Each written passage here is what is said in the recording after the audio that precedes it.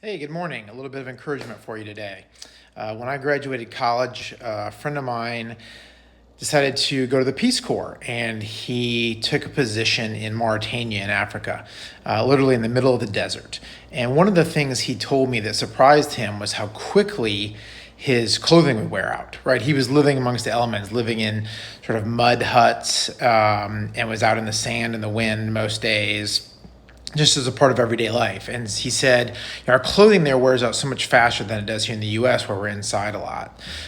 So why do I tell you that story? Well, I was reading through Deuteronomy in the Bible recently, and was struck by a passage in there that otherwise may not have really jumped out at me, but it did. And I want to read it to you quickly. It's in Deuteronomy 29, verse 5. I have led you 40 years in the wilderness. Your clothes have not worn out on you, and your sandal has not worn out on your feet.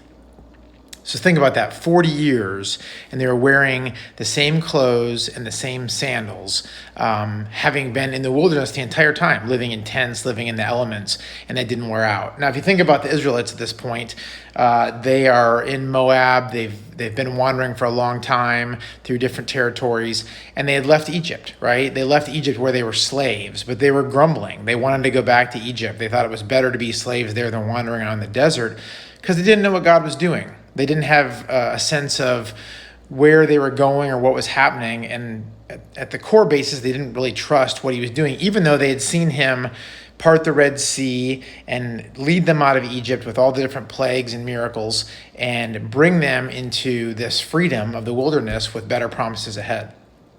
So I say that because for a lot of us, we go through periods of wilderness in our lives. We go through periods where we're like, God, I don't know what you're doing here. I've been waiting a long time. You haven't given me what I think is best for me.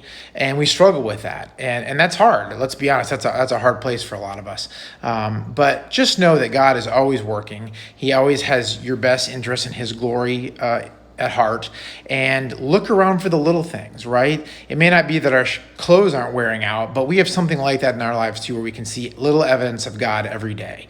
So I just encourage you, if you're in a tough place and you're thinking, I don't know where the big things in my life are going with God, look at the little things and take comfort in that, and know that he loves you, his grace is for you, and he's given his life for you, and he is thinking of you every moment of every day.